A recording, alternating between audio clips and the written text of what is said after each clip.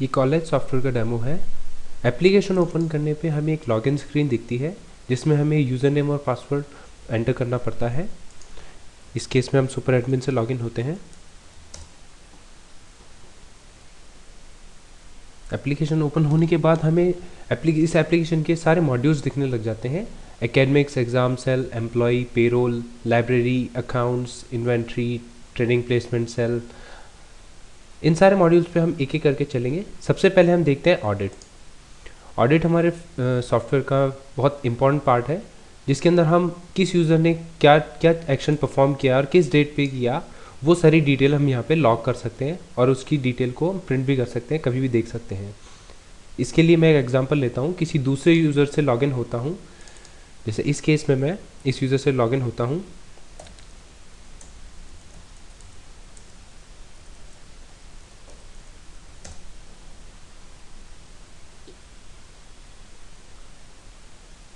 अब जैसा कि हम देख सकते हैं यहाँ पे सारे मॉड्यूल्स दिख रहे हैं, बट जैसा कि हम किसी मॉड्यूल पे क्लिक करेंगे तो हमें जो सब मेन्यू है वो किसी भी मॉड्यूल में नहीं दिख रहे, क्योंकि यहाँ पे इस यूज़र के पास इस मॉड्यूल के राइट्स नहीं है।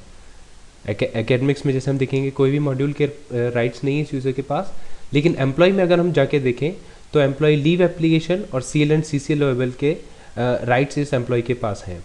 तो इस केस में जैसे एक रिकॉर्ड हम इस एम्प्लॉय से क्रिएट करवाते हैं जिसके कि इस एम्प्लॉय के पास राइट्स से ज़्यादा काम अगर हम करवाएंगे तो उस केस में क्या होता है वो हम देखते हैं।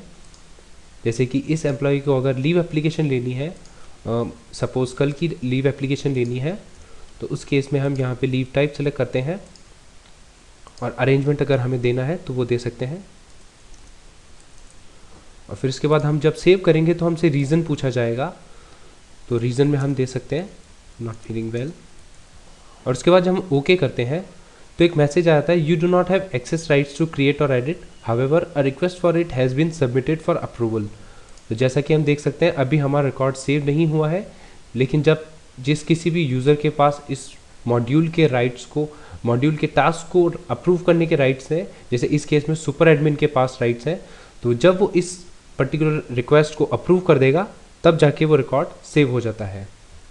अगर हम होम पेज पे ऑडिट जाके देखते हैं तो उस केस में ये लीव एप्लीकेशन हमें अभी दिख जाती है, और इसको चाहे तो ये यूज़र एस्केलेट भी कर सकता है जिससे कि इसकी रिक्वेस्ट उसके ईमेल आईडी पे भी चले जाती है, और विड्रॉ भी कर सकता है अगर इस रिक्वेस्ट को चाहे तो।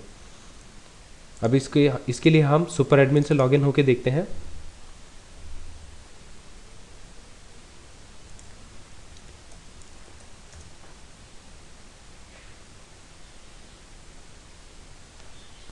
तो जैसे ही सुपर एडमिन लॉगिन होगा, ऑडिट स्क्रीन पे जैसा कि देख सकते हैं कि पुरानी जितनी भी रिक्वेस्ट पेंडिंग होंगी वो सारी दिख जाती हैं, जिनको वो यूज़र अप्रूव करना चाहे और या फिर डिनाई करना चाहे तो यहाँ इस बटन के क्लिक से कर सकता है।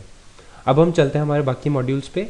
एकेडमिक्स में देखते हैं हम जितने भी हमारे मास्टर फॉर्म्स हैं जिनकी वन टाइम एंट्रीज करनी पड़ती है हर सेशन के स्टार्टिंग पे, जो कि ऑटोमेटिकली हो जाती हैं, यहाँ पे वो एंट्रीज क्रिएट होती हैं, जैसे कि सेशन की एंट्रीज, ब्रांचेस की एंट्रीज, सेमेस्टर्स की एंट्रीज और सेक्शन की एंट्रीज।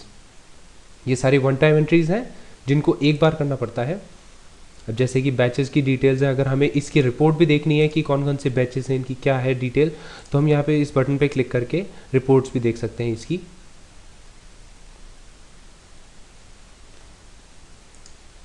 इस तरह से हम इस बटन पे क्लिक करते हैं तो एक रिपोर्ट ओपन हो जाती है जहाँ पे हम देख सकते हैं कि ब्रांचेस की क्या डिटेल्स हैं। इसके बाद हम देखते हैं सारे सब्जेक्ट्स की डिटेल हम यहाँ पे एंटर कर सकते हैं, मार्क्स की डिटेल एंटर कर सकते हैं जो कि आगे काम आती हैं। तो ये सारे वन टाइम एंट्रीज़ के फॉर्म्स हैं। इसके बाद हम देखते हैं एग्ज़ाम सेल। एग्ज़ाम सेल में एकेडमिक एग्ज़ाम हमें क्रिएट करना पड़ता है जो कि सारी ब्रांचेस के लिए कॉमन होगा या नहीं, कौन से सेमेस्टर के लिए होगा, वो डिटेल एंटर करते हैं। फिर उसके बाद हम देखते हैं एग्ज़ाम रिजल्ट थ्योरी, जहाँ पे हम स्टूडेंट की एक्चुअल एग्ज़ाम के रिजल्ट्स की एंट्री करते हैं। उसके लिए हमें सारे पहले ब्रांचेस और सेमेस्टर सेलेक्ट करने पड़ते हैं। तो उसके बाद जो भी स्टूडेंट्स हैं उस ब्रांच और सेमेस्टर में वो आ जाते हैं यहाँ पे, फिर हम उसकी मार्क्स की एंट्री कर सकते हैं और फिर इसको हम सेव कर सकते हैं। इसमें ऑलरेडी चेक्स लगाए हुए हैं कि मैक्सिमम मार्क्स से ज़्यादा है तो हमारे पास एरर मैसेज आ जाएगा, और फिर इसको हम सेव कर सकते हैं इस तरह से। Same goes with exam result practical, जहाँ पे हम प्रैक्टिकल मार्क्स की भी एंट्री कर सकते हैं।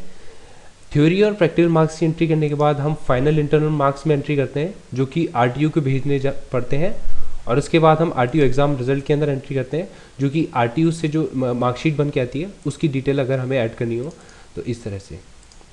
यहाँ पे जैसे कि हम देख सकते हैं मिड टर्म मार्क्स की और एंड टर्म मार्क्स की डिटेल्स यहाँ पे स्टोर करवाई गई है। इसके बाद हम देखते हैं एम्प्लॉय मॉड्यूल, जहाँ पे एम्प्लॉय की डिटेल्स स्टोर की जाती है। ये एम्प्लॉय का मेन फॉर्म है, जहाँ पे एम्प्लॉय से रिलेटेड सारी डिटेल्स, उसकी क्वालिफिकेशन डिटेल्स, उसकी सैलरी डिटेल्स यहाँ पे एंटर की जाती है, और ये सारी पेरोल में काम आती हैं। नंबर ऑफ सीएल काम आती है कहाँ पे, और पीएफ एप्लीकेबल है, ईएसआई एप्लीकेबल है, ये सारी डिटेल्स हम यहाँ पे ऐड कर सकते हैं। इसके बाद एम्प्लॉय की leave application, CL CCL available, CCL request, ये सारे फॉर्म भी हम यहाँ से देख सकते हैं। अटेंडेंस मॉड्यूल में जैसे कि बायोमेट्रिक कॉन्फ़िगरेशन आप देख सकते हैं। बायोमेट्रिक मशीन से इसकी फुल कनेक्टिविटी है। सिंपली यहाँ पे सबसे पहले पंच इन स्टार्ट टाइम और correct time, and time, out time, ये सब एक बार को स्टोर करना पड़ता है। फिर उसके बाद बायोमेट्रिक मशीन की कनेक्टिविटी के बाद सिंपली ये गेट अटेंडेंस पे क्लिक करना पड़ता है, तो बायोमेट्रिक मशीन से डेटा फैच कर लेता है और उसको स्टोर करके अगर हमें किसी को एम्प्लॉय को, डेजिग्नेटेड एम्प्लॉय को एसएमएस भी भिजवाना है तो हम यहाँ से एसएमएस भिजवा सकते हैं। उसकी भी रिपोर्ट्स हमारे पास अवेलेबल है। ये रिपोर्ट्स मॉड्यूल है जिसके अंदर जैसा कि आप देख सकते हैं बहुत बड़ी लिस्ट है रिपोर्ट्स की, जिसके अंदर हर तरह की रिपोर्ट हम देख सकते हैं। आरटीयू को भी जो मार्कशीट भेजनी पड़ती है, रिपोर्ट्स भेजनी पड़ती हैं, वो सारी डिटेल्स भी हम यहाँ से देख सकते हैं। इसके बाद हम चलते हैं पेरोल में। पेरोल में सैलरी जनरेट हम कर सकते हैं इससे। किसी भी मंथ के लिए, किसी भी ईयर और मंथ की सैलरी पहले हमें जनरेट करनी पड़ती है, जहाँ पे सारे एम्प्लॉयज़ आ जाते हैं इस तरह से। फिर उसके बाद सैलरी रिवीजन अगर किसी का होता है तो वो यहाँ पे हमें दिख जाता है, जिसकी हम सैलरी रिवाइज भी कर सकते हैं। फिर उसके बाद सैलरी शीट हम देख सकते हैं, जहाँ पे जितने भी एम्प्लॉयज़ हैं उनके जितने भी सैलरी हेड्स हैं उनके अंदर क्या क्या अमाउंट उनके सैलरी का बना है, वो सारी डिटेल्स हम यहाँ से देख सकते हैं। और किसी का टीसी स्ट्रक्चर भी देखना चाहें तो उसकी रिपोर्ट भी हम इससे जनरेट कर सकते हैं। इसके बाद बाकी सारे मास्टर फॉर्म्स हैं। ये सेटिंग्स के फॉर्म हैं जो कि वन टाइम एंट्रीज के फॉर्म हैं, जो कि बाकी सारे फॉर्म में काम आते हैं, जैसे डिपार्टमेंट हो गया, बैंक हो गया, डॉक्यूमेंट टाइप हो गया, इस तरह से। फिर ये जनरल मॉड्यूल है जहाँ पे हम कंप्लेंट्स देख सकते हैं कि कंप्लेंट किसी एम्प्लॉय को, किसी पर्टिकुलर एम्प्लॉय को किसी दूसरे डिपार्टमेंट के एम्प्लॉय के अगेंस्ट कोई कंप्लेंट रजिस्टर करवानी हो तो वो यहाँ से उस एम्प्लॉय को सिलेक्ट कर सकता है और फिर उसके बाद इसका कंप्लेंट का स्टेटस ओपन करके सेव कर सकता है। तो इससे उस पर्टिकुलर एम्प्लॉय को ऑटोमेटिकली एक एसएमएस चला जाता है कि this particular complaint has been registered against your name. तो जब भी उसके अगेंस्ट वो कोई एम्प्लॉय टास्क परफॉर्म करता है तो उसका स्टेटस क्लोज करके सेव कर सकता है। तो जिस एम्प्लॉय ने उसको कंप्लेंट को रजिस्टर किया था उसके पास भी एक एसएमएस चला जाता है। इसी तरह से हम इंटरनेट रजिस्ट्रेशन का भी फॉर्म देख सकते हैं, जो कि कॉलेज में जो भी स्टूडेंट्स होते हैं उनको अगर अपने मोबाइल में या लैपटॉप में अगर टेम्परेली इंटरनेट रजिस्ट्रेशन करवाना होता है तो उसकी डिटेल भी हम यहाँ पे सेव कर सकते हैं। इसके बाद हम देखते हैं लाइब्रेरी मॉड्यूल। लाइब्रेरी मॉड्यूल में सबसे पहले बुक की डिटेल्स हम स्टोर करनी पड़ती है, जहाँ पे कि बुक का ऑथर क्या है, टाइटल क्या है और कॉस्ट क्या है, वो सारी डिटेल हम यहाँ पे एंटर करते हैं। उसके बाद बारकोड जनरेटर है, जहाँ पे कि हम एक साथ काफ़ी सारे बारकोड्स को जनरेट कर सकते हैं इस तरह से, और फिर इसको हम डायरेक्ट लेबल शीट पे प्रिंट कर सकते हैं, जिसको फिर हम बुक्स पे पेस्ट कर सकते हैं। इसका लाइब्रेरी मेंबर ट्रांजेक्शन है, जिसके अंदर हम ये बारकोड लाइब्रेरी मेंबर ट्रांजेक्शन वाला फॉर्म है, जिसको बारकोड मशीन से फुल कनेक्टिविटी है, जिसको कि बुक पे लगे बारकोड पे अगर हम बारकोड मशीन से फैच करते हैं डेटा तो इसी तरह से हमें यहाँ पे डेटा मिल जाता है। इसके बाद हमें यहाँ पे मेंबर सेलेक्ट करना पड़ता है, जो कि किसी भी मेंबर के आई कार्ड से हमें डेटा फैच हो सकता है। ये इस तरह से बुक इशू हो जाती है, जहाँ पे रिटर्न भी हो सकती है इस तरह से यहाँ पे फाइन भी कैलकुलेट हो सकता है और री इशू भी कर सकते हैं, ताकि फिर से रिटर्न करके इशू ना करना पड़े। डायरेक्टली यहाँ से हम बुक को री इशू भी कर सकते हैं। इसके बाद हम देखते हैं कैंटीन की डिटेल्स, इवेंट्स की डिटेल। कॉलेज में जो मल्टीकल्चरल इवेंट्स होते हैं उनकी डिटेल्स भी हम यहाँ पे रजिस्टर कर सकते हैं, जिनको बाद में हम रिपोर्ट से देख सकते हैं। इन्विटेशन अगर हमें किसी को देना है तो वो भी डिटेल हम यहाँ पे सेव कर सकते हैं। इसके बाद हम अकाउंट्स मॉड्यूल देखते हैं। अकाउंट्स मॉड्यूल में जैसा आप देख रहे हैं contra, journal, ledger, trial balance, balance sheet. तो ये अकाउंट्स मॉड्यूल जो है इसको टैली पे बेस रख के बनाया गया है, ताकि अलग से कोई सॉफ्टवेयर को मैनेज ना करना पड़े, सेम ही एक ही सॉफ्टवेयर में अकाउंट्स भी हम मेंटेन कर सकें। इसके लिए सबसे पहले हमें ड्यू फीस करनी पड़ती है, जितने भी स्टूडेंट्स हैं उनकी फ़ीस को सबसे पहले हम सेशन अगर स्टार्ट होता है उस टाइम पे उनकी फ़ीस को अगर हमें ड्यू करना है तो हम यहाँ पे उस स्टूडेंट को सेलेक्ट करके इस तरह से यहाँ पे फ़ीस को ड्यू कर सकते हैं, जो भी इंडिविजुअल फ़ी है। और अगर इसको हम स्टूडेंट वाइज अगर वेवर भी करना है तो वो भी हम यहाँ से कर सकते हैं, और हम सारे फीस टाइप को सेलेक्ट करना चाहें तो वो भी कर सकते हैं, और सारे स्टूडेंट्स को सेलेक्ट करना चाहें तो वो भी कर सकते हैं। और फिर यहाँ पे हमें इसको सेव करना होगा। और फिर उसके बाद हम देखते हैं बैलेंस शीट, जहाँ पे कि इन स्टूडेंट्स की क्या क्या बैलेंस डिटेल है, कितना किसका आउटस्टैंडिंग अमाउंट अभी ड्यू है, वो हम बैलेंस शीट से देख सकते हैं। जैसा कि ये बैलेंस शीट का फॉर्म दिख रहा है, यहाँ पे जितने भी स्टूडेंट्स हैं उनका कितना आउटस्टैंडिंग बैलेंस बच रहा है वो सारी डिटेल्स हम यहाँ से देख सकते हैं। जैसे इस केस में हम फ़ी रिसीव में लेके चलते हैं, किसी स्टूडेंट को अगर हमें फ़ीस पे करवानी है उस स्टूडेंट से, तो सबसे पहले हमें उस स्टूडेंट का नाम सेलेक्ट करना पड़ेगा, और फिर हम इस पर ओके करते हैं तो यहाँ पे दिखा देता है कि अभी कितना अमाउंट इस स्टूडेंट का पेंडिंग बच रहा है। जैसे इस केस में 25,000 रुपीज़ बच रहे हैं, तो हमें यहाँ पे इस बटन पे क्लिक करते हैं तो जितने भी फ़ीस टाइप्स होते हैं जिनके अंडर ये स्टूडेंट का फ़ीस बच रही है वो हमें यहाँ पे मिल जाती है, जिस पे हम सेलेक्ट कर सकते हैं। जैसे इस केस में हमें दिख रहा है कि 55,000 एक्चुअल अमाउंट था और अभी 25,000 बच रहा है। तो इस केस में भी अगर वो स्टूडेंट 25,000 की जगह अगर 10,000 ही लेकर आता है तो वो भी हम यहाँ पे सेलेक्ट कर सकते हैं, बाकी सारा रिकॉन्साइल हो जाता है। अब अगर यहाँ पे हमें कैश से अमाउंट जमा कराना है तो वो भी हो सकता है और कैश से भी हो सकता है। तो इस केस में हम बैंक ऑफ राजस्थान ले लेते हैं और 10,000 हम अमाउंट सेलेक्ट करते हैं और उसके बाद सेव करते हैं, तो हमारे पास रिकॉर्ड सेव हो जाता है और इसकी डायरेक्टली हम रिसीट भी जनरेट कर सकते हैं इस तरह से। ये कॉलेज का रिसीट फॉर्मेट है जिसको हम चेंज भी कर सकते हैं कॉलेज के अकॉर्डिंग, जिसको हम फिर डायरेक्टली प्रिंट भी कर सकते हैं और पीडीएफ या किसी और फॉर्मेट में एक्सपोर्ट भी कर सकते हैं। इसके बाद हम देखते हैं लेजर समरी, कि किसी पर्टिकुलर लेजर जो भी स्टूडेंट्स हैं उन सबको लेजर की तरह ट्रीट किया जाता है यहाँ पे अकाउंट्स के अंदर। यहाँ पे अगर हम क्लिक करते हैं तो इस डेट के अंदर इसकी क्या लेजर समरी है, अगर हम डेट चेंज करते हैं और फिर रिफ्रेश करते हैं तो पुरानी जितनी भी डिटेल्स है वो हमें यहाँ से दिख जाती हैं, और अगर हम इस किसी पर्टिकुलर रिकॉर्ड पे क्लिक करते हैं तो वो उसकी डिटेल्स भी हमें दिख सकती हैं कि क्या ट्रांजेक्शन हुआ था और किस फी हेड्स में क्या क्या डिटेल ली गई थी, वो सारी डिटेल हम यहाँ से देख सकते हैं इस तरह से। बैंक बुक ये है कि इस डेट से इस डेट के बीच में, जैसे डेट फ्रॉम और डेट टू, कि कौन कौन सा बैंक का ट्रांजैक्शन हुआ है वो डिटेल देख सकते हैं। सिमिलरली कैश बुक है, कैश बुक में भी हम किसी मंथ में किसी डेट में अगर रेंज में क्या ट्रांजैक्शन हुआ था वो डिटेल भी हम देख सकते हैं यहाँ से, और इसको हम डायरेक्टली एक्सेल में एक्सपोर्ट भी कर सकते हैं, प्रिंट भी कर सकते हैं। इसी तरह ट्रायल बैलेंस है और बैंक बुक है, डे बुक है, डे बुक के अंदर जितना भी आज की डेट में ट्रांजैक्शन हुआ है वो सारी डिटेल भी हम यहाँ से देख सकते हैं। इसके बाद हम चलते हैं हॉस्टल के अंदर। हॉस्टल की में अंदर सबसे पहले हम हॉस्टल की डिटेल्स ऐड करनी पड़ती है, और फिर उसके बाद रूम अलोकेशन होता है कि किसी एम्प्लॉय या स्टूडेंट को हमें रूम अलोकेट करना है तो हम यहाँ से सेलेक्ट कर सकते हैं। लेकिन यहाँ पे सबसे पहले ये चेक इसके अंदर ऑलरेडी है कि जो भी रूम हम स्टूडेंट को या फिर एम्प्लॉय को अलोकेट करवा रहे हैं अगर उसकी कैपेसिटी फुल हो चुकी है तो वो डायरेक्टली एक मैसेज दे देता है कि the capacity of this room is full, please select another room. इसके साथ ही हम हॉस्टल विजिटर की डिटेल भी ऐड कर सकते हैं, जहाँ पे कि स्टूडेंट या एम्प्लॉय के कोई विजिटर्स मिलने आते हैं तो उन डिटेल्स को भी हम यहाँ पर रिकॉर्ड कर सकते हैं। साथ ही गेट पास भी हम इससे जनरेट कर सकते हैं कि स्टूडेंट्स या फिर एम्प्लॉय कोई बाहर जाता है तो उसके लिए गेट पास जनरेट करना पड़ता है, तो वो भी हम यहाँ से इससे जनरेट कर सकते हैं। मेडिकल विजिट भी इससे कर सकते हैं हम, कि हॉस्टल में अगर कोई डॉक्टर आता है मेडिकल विजिट पे तो वो डिटेल भी हम यहाँ पे रजिस्टर कर सकते हैं।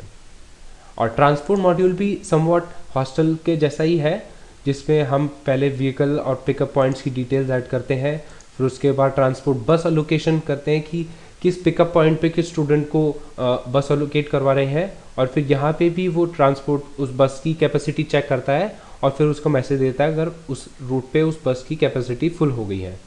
इसके बाद हम चलते हैं ट्रेनिंग प्लेसमेंट सेल।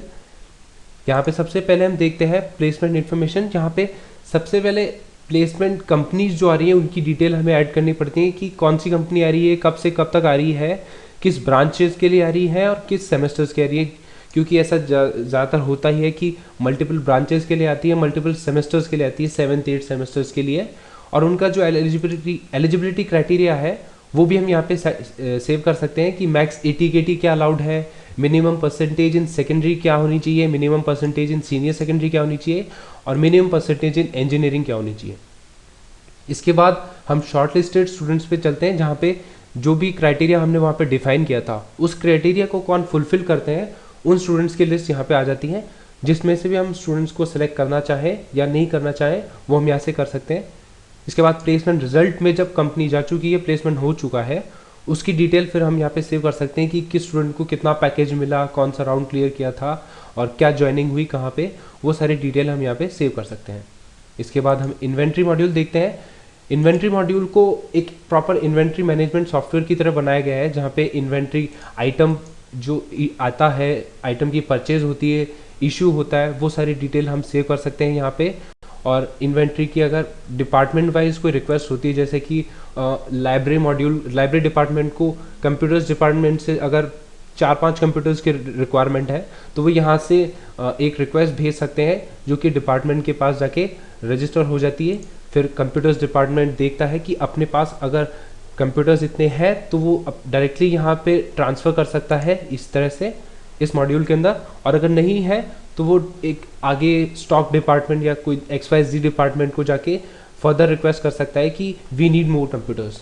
तो इस तरह से एक इन्वेंट्री मैनेजमेंट सॉफ्टवेयर की तरह भी हम इस सॉफ्टवेयर को यूज़ कर सकते हैं। इसके बाद हम चलते हैं नोटिस मैनेजमेंट में, जहाँ पे नोटिस हम क्रिएट कर सकते हैं और फिर उसके बाद स्टूडेंट्स या एम्प्लॉयज़ को हम ये नोटिस भेज सकते हैं।